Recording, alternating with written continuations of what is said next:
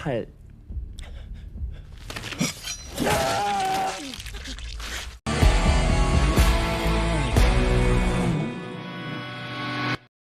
Hai semua, kemampuan Hee-jin di episode kedua memang sempat tidak diakui oleh rekan satu timnya, terutama Pildo. Tapi di episode yang ketiga tersirat kekaguman di wajah Pildo, namun pria tersebut mengungkapkannya lewat sebuah kekhawatiran. Di episode My Name kali ini, rupanya target mereka adalah Choi Moo-jin, yang tak lain ialah bos besar dari bandar narkoba yang menjadikan Oh Hee-jin sebagai alat balas dendam.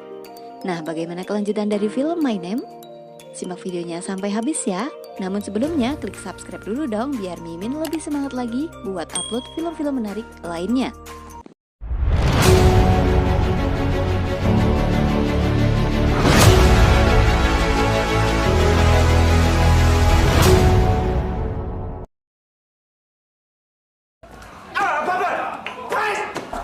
볼 일은 없겠네. 내 파트너야. Bukan hanya berhasil menangkap Mango, tapi Hee-jin juga berhasil menemukan tempat pil haram berwarna hitam tersebut disembunyikan. Meski begitu, Pildo tetap saja masih belum mengakui kemampuan rekannya tersebut.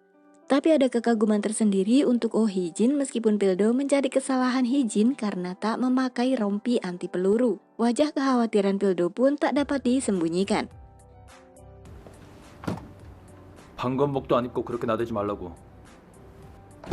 알겠습니다. Di episode ketiga ini juga akan dihadirkan kembali sosok kejam Dong Kang-jae yang masih mencari Yeon Ji-woo atau Oh Hee-jin untuk membalas dendam.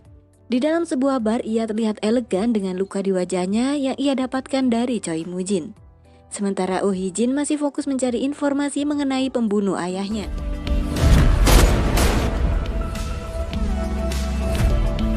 Scenes berpindah pada Choi Moo-jin yang mendapati informasi tentang narkoba jenis baru. Kebetulan ketika itu ia kedatangan partner dari Tokyo. Taiju menawarkan diri untuk mencari tahu tentang obat tersebut, tapi Choi Moo-jin justru menunggu kabar dari Hee-jin untuk mengungkap siapa bandar baru saat itu. Hal itu membuat Taiju merasa tersingkir sebagai orang kepercayaan Choi Moo-jin. Partner dari Tokyo disambut oleh asisten wanita Choi Moo-jin yaitu Kang So-yeon. Sekaligus ia mewakili ketidakhadiran Choi Moo-jin. Dalam pertemuan mereka, Kang So-yeon memperkenalkan produk narkotika terbaru dengan kualitas terbaik berbentuk cairan.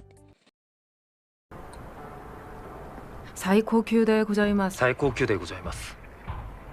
Hari berikutnya di markas kepolisian, mendadak ada penggerebekan pabrik Choi Moo-jin. Hal ini tak Oh Hee-jin duga sebelumnya. Malam itu mereka harus menggerebek pabrik terbesar pembuatan narkoba di Korea. Oh Hee-jin terkejut dan panik karena ia tidak bisa membocorkan rencana dadakan tersebut ke Choi Moo-jin. Tim mereka pun segera menuju pabrik yang dekat dengan pelabuhan tersebut, bersamaan dengan Choi Moo-jin beserta anak buahnya yang juga ikut bergerak.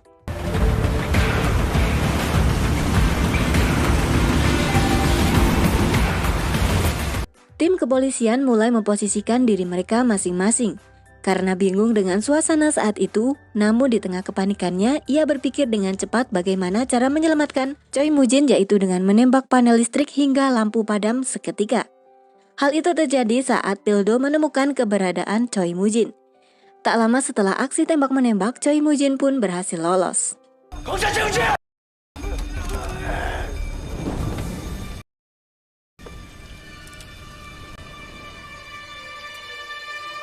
Choi Moo-jin menyayangkan kejadian tersebut karena Oh Hee-jin tidak memberi informasi apapun.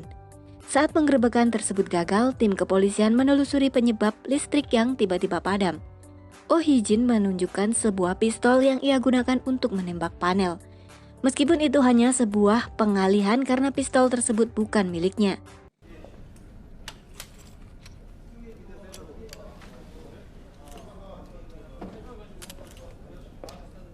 Sesampainya di markas, Oh Hee-jin berusaha menghubungi Choi Moo-jin. Namun ia tak menghiraukan panggilan telepon dari Oh Hee-jin. Sementara itu, Kapten Cha-gyo mencari tahu pemilik peluru yang tertancap di panel pabrik. Oh Hee-jin benar-benar cerdas karena mempersiapkan semuanya dengan cepat dan sempurna. Di malam itu juga, Pildo bersama keempat rekannya singgah ke kedai dan membicarakan tentang alasan Kapten Cha-gyo sangat terobsesi harus menangkap Choi Moo-jin. Selain dia adalah bandar narkoba terbesar, rupanya Cha-gyo mempunyai alasan pribadi. Tak lama kemudian Oh Hee-jin berusaha menghubungi Choi Moo-jin dan memberitahukan jika di markasnya terdapat beberapa kamera yang terpasang di beberapa tempat. Choi Moo-jin merasa ada yang mengkhianatinya. Selain Oh Hee-jin memberitahukan jika ia yang menembak panel waktu penggerbekan, ia juga akan mencari tahu siapa yang mengkhianati Choi Moo-jin dan memasang kamera di markasnya. Oh Hee-jin juga mengatakan jika ia sengaja menembak menggunakan pistol milik pembunuh ayahnya agar ia tahu kebenarannya. Choi Moo-jin kemudian mencabut beberapa kamera yang terpasang di markasnya.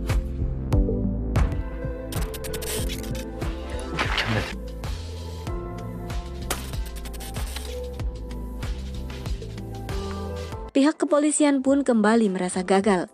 Meski begitu, Cha Gi-ho merasa curiga jika ada yang membocorkan mengenai kamera tersebut.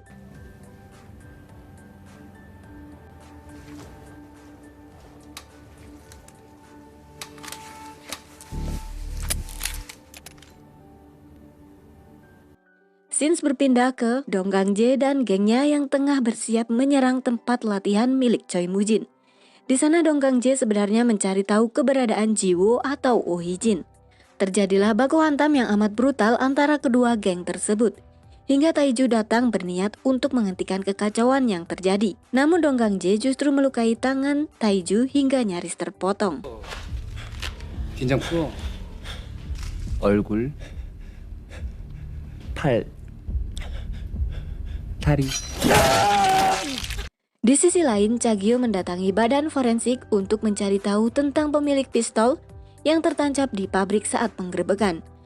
Oh Hee-jin yang dihubungi oleh Pildo pun langsung mendatangi tempat latihan dan menemukan tulisan yang bertuliskan "Aku kembali". Tulisan tersebut berada di lantai dan ditulis menggunakan darah. Namun Oh Hee-jin justru menanyakan keadaan Choi Moo-jin. 인천바 해병대를 박살냈다. 현장에서 3명 죽었고 1명 중태야. 최무진이 당했습니까? Film pun bersambung sampai di sini. Nantikan episode berikutnya di video selanjutnya.